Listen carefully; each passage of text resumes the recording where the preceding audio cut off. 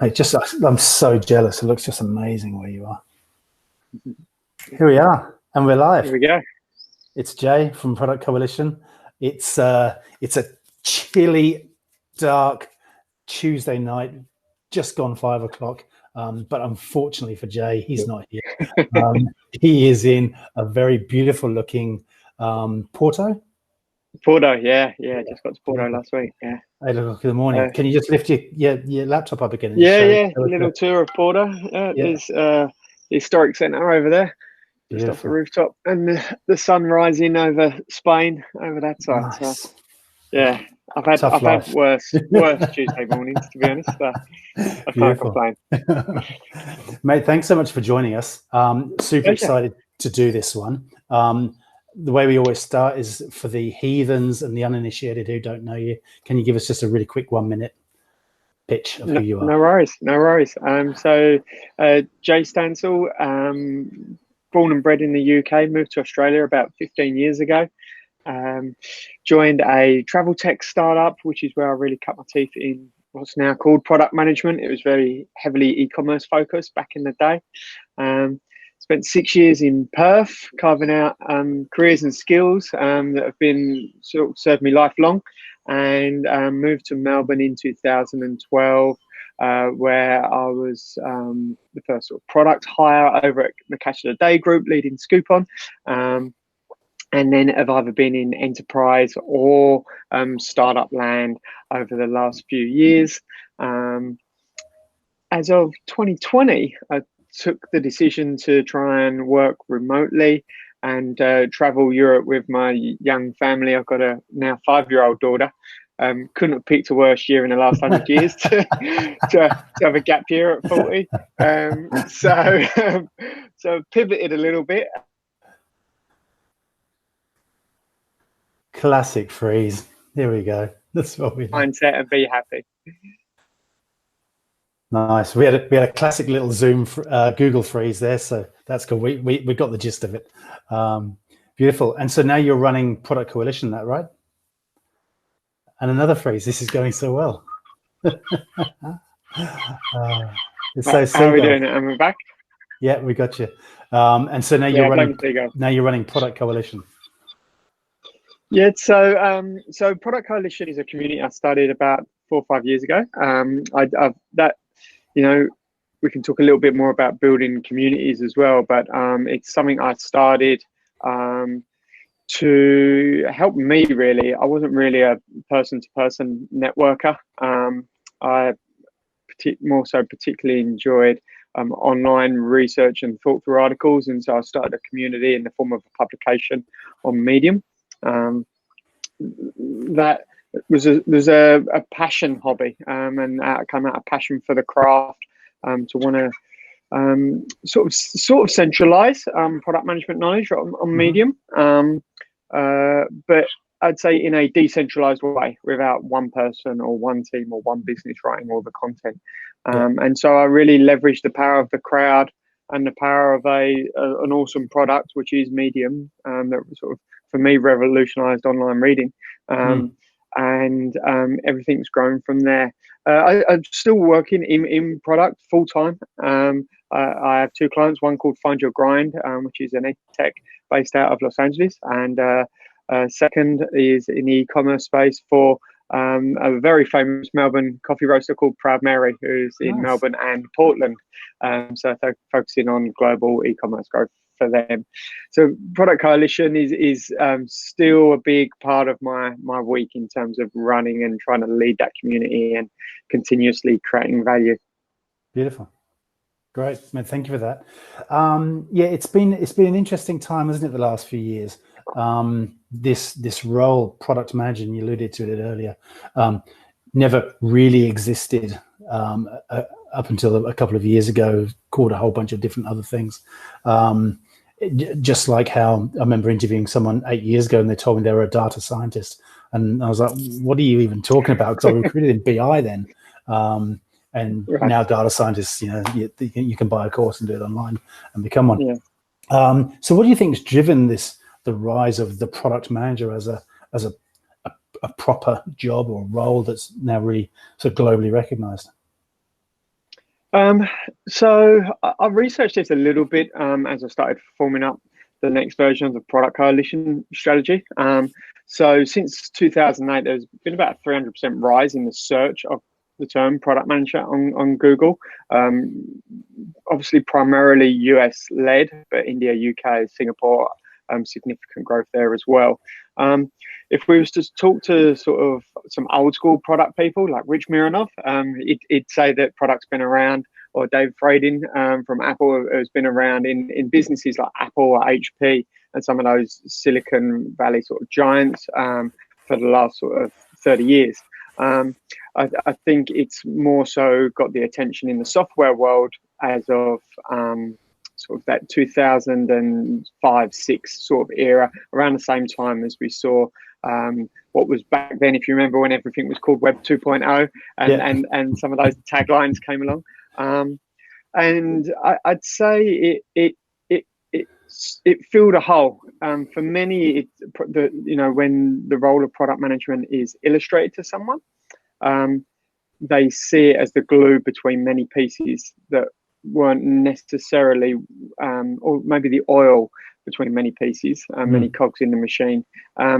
And it's, if done well, it's a no-brainer. But I'd say what's happened in the last few years is it's been used as like many other job titles, gets used in a more generalized manner. And I have no idea, but I'm assuming many other roles in other industries that you've probably seen get generalized or use their sexy labels that get slapped on things. And so in terms of solving the problem, it brings together business, technology, and user experience or customer experience. Is the sort of original Venn diagram drawn by Martin Erickson on product management.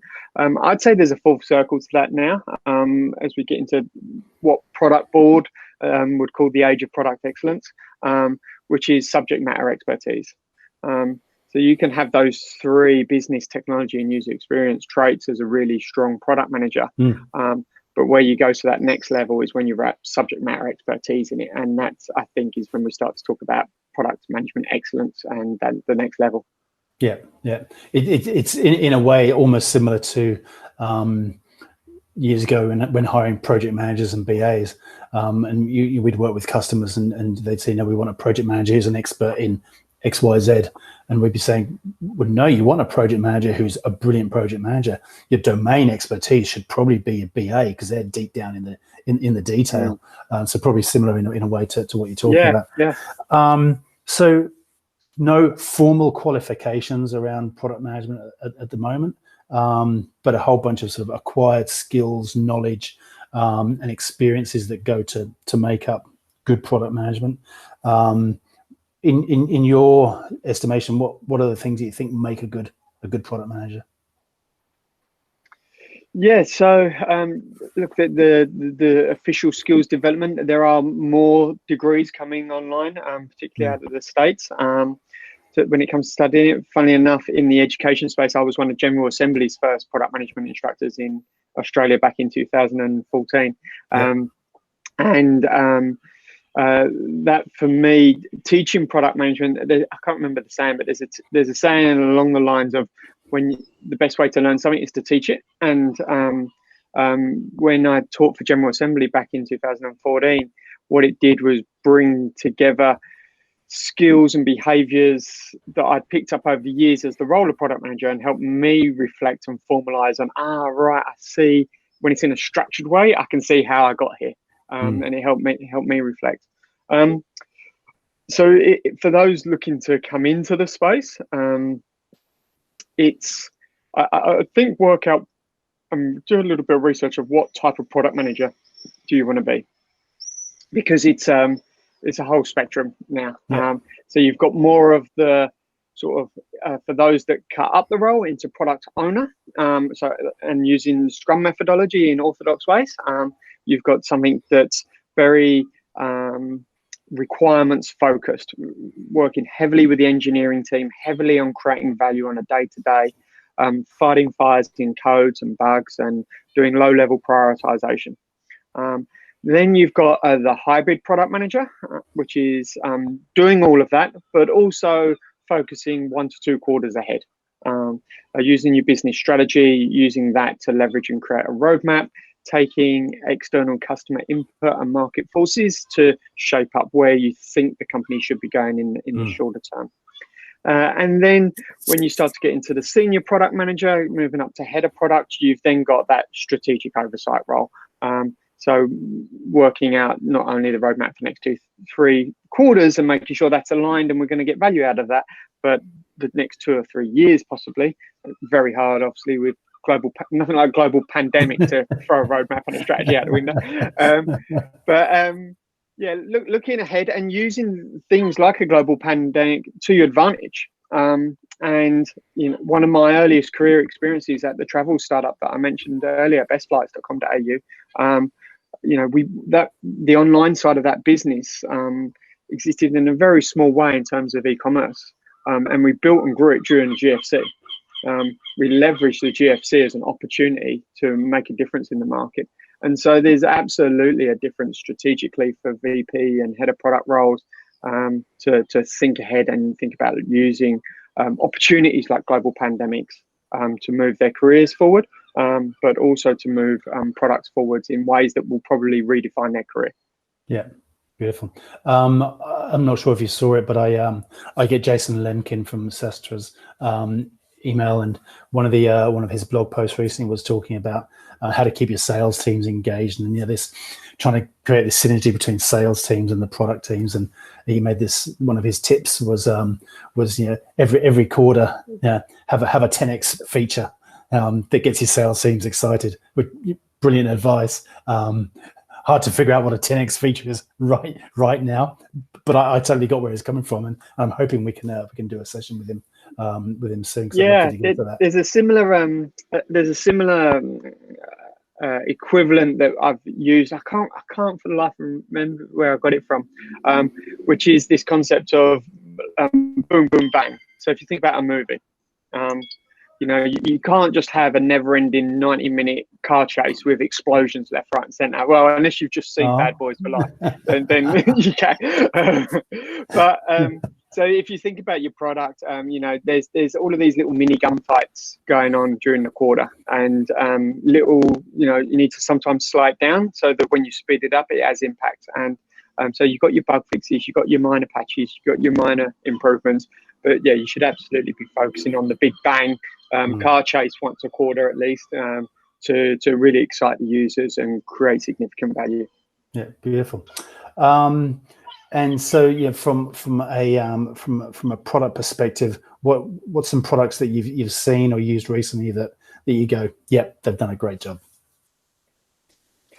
So I'm recently heavily using ClickUp as a management tool, which is a big problem. They've taken on the same with Asana and similar.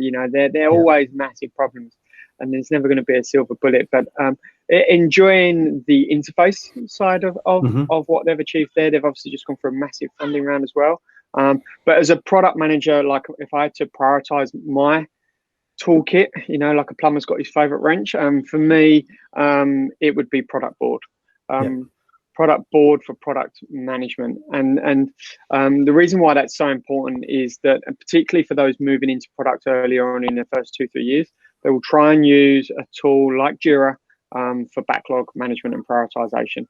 And I find that's quite a constraining tool for particularly strategic prioritization. When you think about what next in your opportunity backlog you want to bring into discovery, or what next that's completed discovery you want to bring into delivery, it normally is very two-dimensional. It's move this ticket above that ticket. Yeah. And as product managers, we know there's many facets to prioritization, and so we need to be looking at our propositions from multiple angles. And product board for me empowers me to do that in a decentralized way when it comes to prioritization. So a point of difference for me when it comes to prioritization to many product managers out there is many product managers own prioritization 100%. They make the call, moving things up and down. I actually work with leadership teams to identify strategic drivers and use multiple drivers that are weighted to score an initiative. And those drivers and that scoring is owned by an independent leader of the leadership team. Wow. One of those would be me as well. Mm-hmm. And then that way, what you do is you take out the politics and bias of the VP of product or the product owner, owning everything and complete and utter power and control. And what that does, it not only gives me greater insights and input from the team, but the leadership team also feel like they're co-creating the product with me, both strategically from a long-term roadmap, but also down at a lower level when we talk about what's the next opportunity we want to bring into discovery, as opposed to me trying to rationalize 100% of my thought, which may not be right. And so that's a technique I'm able to, again, leverage product board to achieve. Beautiful. And so those different stakeholders, they get a login, they're jumping in there, they're having a look at the detail that you've got in there. I'm guessing adding notes and their thoughts and brain dumping in there and questioning and commenting. So product board enables us to collect insights and tag features with insights. So if you think about all your customer requests or customer feedback or stuff that's happening in the industry, you can tag all of that in a centralized place against particular features. That helps rationalize. I'm very hypothesis driven. So I'm using the rationale to form up good hypotheses, and then good hypotheses to create good testing outcomes. And so the other leaders can see why we're doing it. It's not just a feature name, but there's also rationale as to what's driven it from a user perspective. And yes, they get to score based upon their strategic driver. So a strategic driver might be revenue, for instance. How, on a scale of 0 to 5, how impactful is this feature on revenue creation? And the head of sales might own scoring that column. We take those scores, they're weighted, so and we change those quarterly to focus on direction of the product each quarter. And then you simply divide that by t-shirt sizing. And what you get is a quantitative number. So you're now using a number to drive priority based upon value divided by effort. Now, it doesn't take out common sense. There's absolutely low-level features, things like login and forgot password that are always going to rank pretty poorly, but they're just must-haves, no-brainers you got to do to create, basic flows. But it helps with when you've got competing, cool, amazing hypotheses around product features, and you can want to take some of the tension out of the room as to what should come next. Using a number can take out a lot of the subjectivity when it comes to thinking through where should we spend our effort in the quarter ahead. Wow, brilliant. Just a quick one, t-shirt sizes. T-shirt sizes. Well, me and you are very different t-shirt sizes, Simon. So we're probably a perfect example. So I'd be a small, Simon would be an extra large. So for those unfamiliar with the concepts, at the end of the day, humans are really terrible at predicting the future. So an example I could give you, if we think about building software, we're trying to understand the complexity and size, therefore, and interpret that into a date. Incredibly complex. An equivalent would be for anyone watching to guess the size of the Empire State Building in millimeters. You couldn't do it. But if I told you the Empire State Building was 1/3 bigger than the Eiffel Tower, and the Eiffel Tower is 150 meters tall, well, now you could get some closer prediction around the size of the Empire State Building.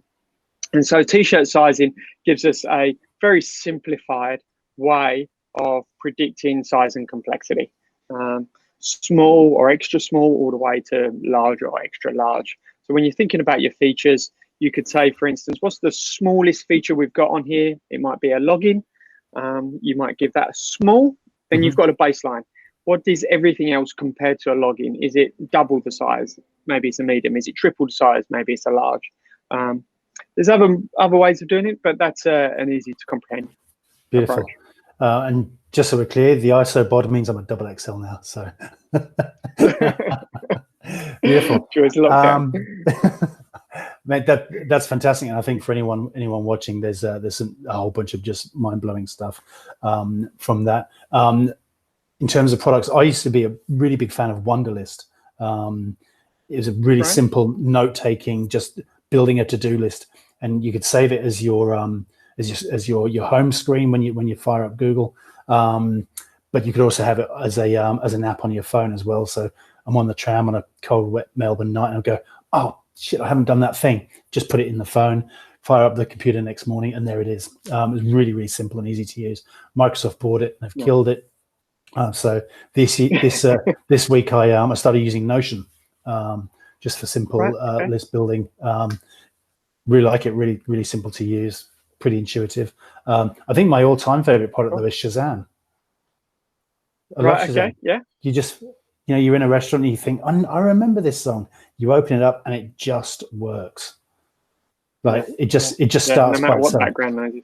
No matter what background noise. Sometimes you got to do a bit of this, holding it up to the speakers. When you're in Bunnings, that's a bit embarrassing. But it just works. And let's be honest, you go to Bunnings for the music, or do you go there for the nails and you stay for the music? Yeah. That's it. That tells you all you need to know about me. But I love the way it just starts and it just opens, and then the way they've built out all the other features and the purchases and gigs and everything out the back of that. It's just genius to me. Cool. True. So let's talk a bit more about Product Coalition. How many members at the moment?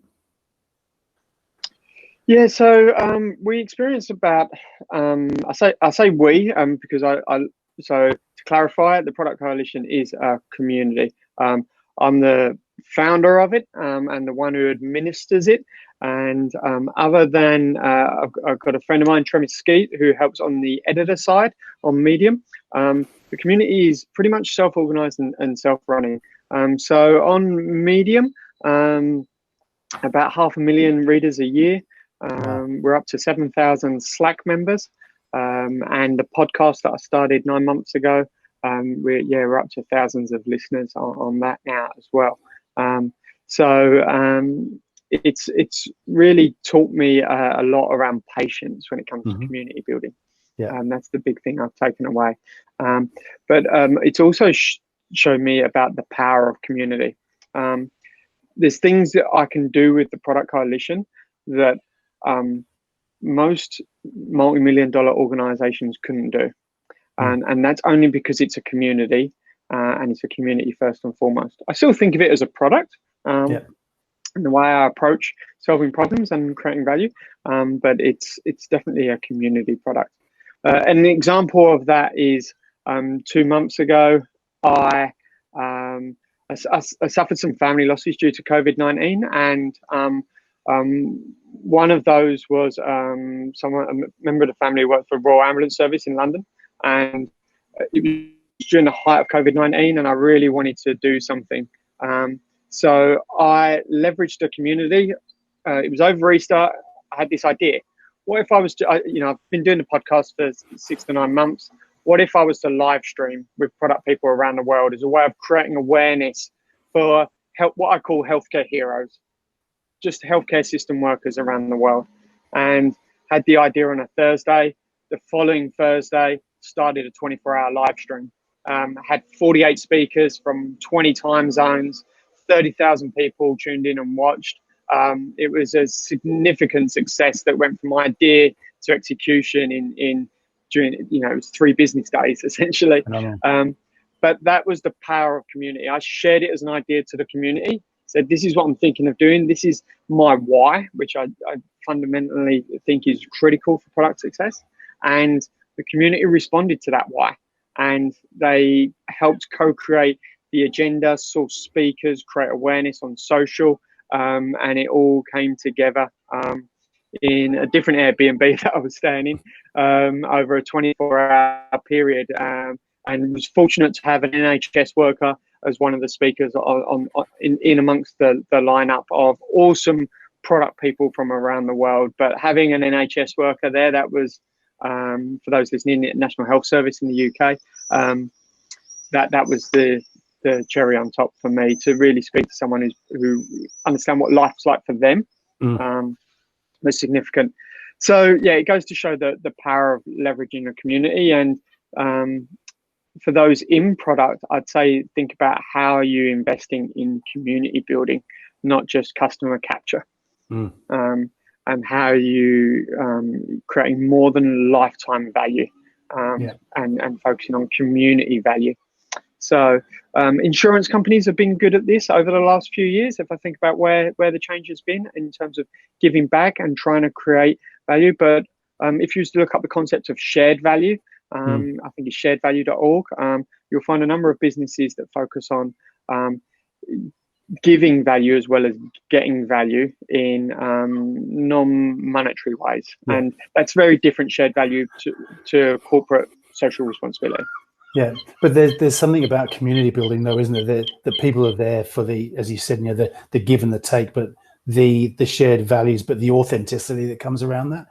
One of the things that always amazes me is, a lot of corporates will engage a big advertising agency to build out a digital strategy to build online followers, and they'll spend hundreds and thousands, sometimes millions of dollars on that.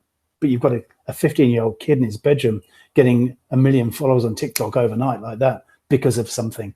There's a lot to be learned from this authenticity. And I think when some brands try too hard to be authentic, there's a bank here that talk about more than money. And it's like, well, if it was about more than money for you, then just do it for free. It's a little bit sort of counterintuitive. But I think there's a lot to be said for building community. It needs to be organic, and it needs to, you're growing a cactus, not a sunflower. You're not going to get community growth. If I was to put KPIs or OKRs around product coalition 5 years ago, it would have probably failed, because I would have been emailing far too many times. I would have been tweeting far too much. I would have been pushing too hard and interrupting people on Slack. So you've really got to measure the pace that the community wants to grow at, and how much communication that they're wanting. At the end of the day, if the community is valuable, it will advocate for you. If I take the product coalition, other than email automation, I haven't sent out an email to interrupt and acquire attention from the community since that P24 event 2 months ago. But there's continued growth in Slack and readership. So really give it time and space. As I say, you're not growing a sunflower in one season, you're growing a cactus over many years. And don't try and rush it in terms of growth. Focus on value. And that takes patience, particularly from a leadership and executive team who see quite often digital tools as a way of expediting success and growth. And when it comes to community, it's not necessarily the case in my experiences. There are absolutely some exceptions to that. Product Hunt would be an example in the product space. But for most of us, we've got to be patient. Yeah, and I'm guessing for those businesses that their product is purely transactional, I'm thinking someone like an Afterpay, where you're not necessarily looking to build a community of Afterpay users. It's giving them access to an easy, quick transaction that allows them to fulfill a need. Something I was reading slightly off topic was that they reckon that this whole sector is going to kill credit cards over time. They reckon, to use your cactus analogy, it's over time there's going to be the cactus of this BBL space, but then killing off credit cards. So interesting one to watch. Yeah, and I think it comes back to, for someone like Afterpay, the why. And for them, it's about revolutionizing the way we pay for stuff. And what I'd say they've also been very specific about, as I was with Product Coalition, is Afterpay isn't for everybody. If you've got 4 Range Rovers on the drive, Afterpay is probably not for you, and they're very deliberate about that. And still in the year 2020, when I'm speaking to executives and leaders, they still start the conversation with, okay, let's be precise in our target customer is. But as they get impatient, they want to go broader. And they see going broader in customer base as a way of expediting results, as opposed to going deeper into the primary target, and don't necessarily explore as deeply as they should. Yeah, and that ties into exactly what Nathan Lack was saying a couple of videos ago. Get your niche, dominate, move on. Yeah, expand out, dominate, grow. Yeah, so brilliant. I'm mindful of the time. We've been going for half an hour. and I've got All another good. call coming up as well, and I'm sure you have to. But absolute pleasure talking to you. Where can people find you if they need to? Jay Stansell on LinkedIn is probably the easiest spot, Yep. or head over to productcoalition.com if anyone wants to find anything more about that, and you'll also find ways to reach me there.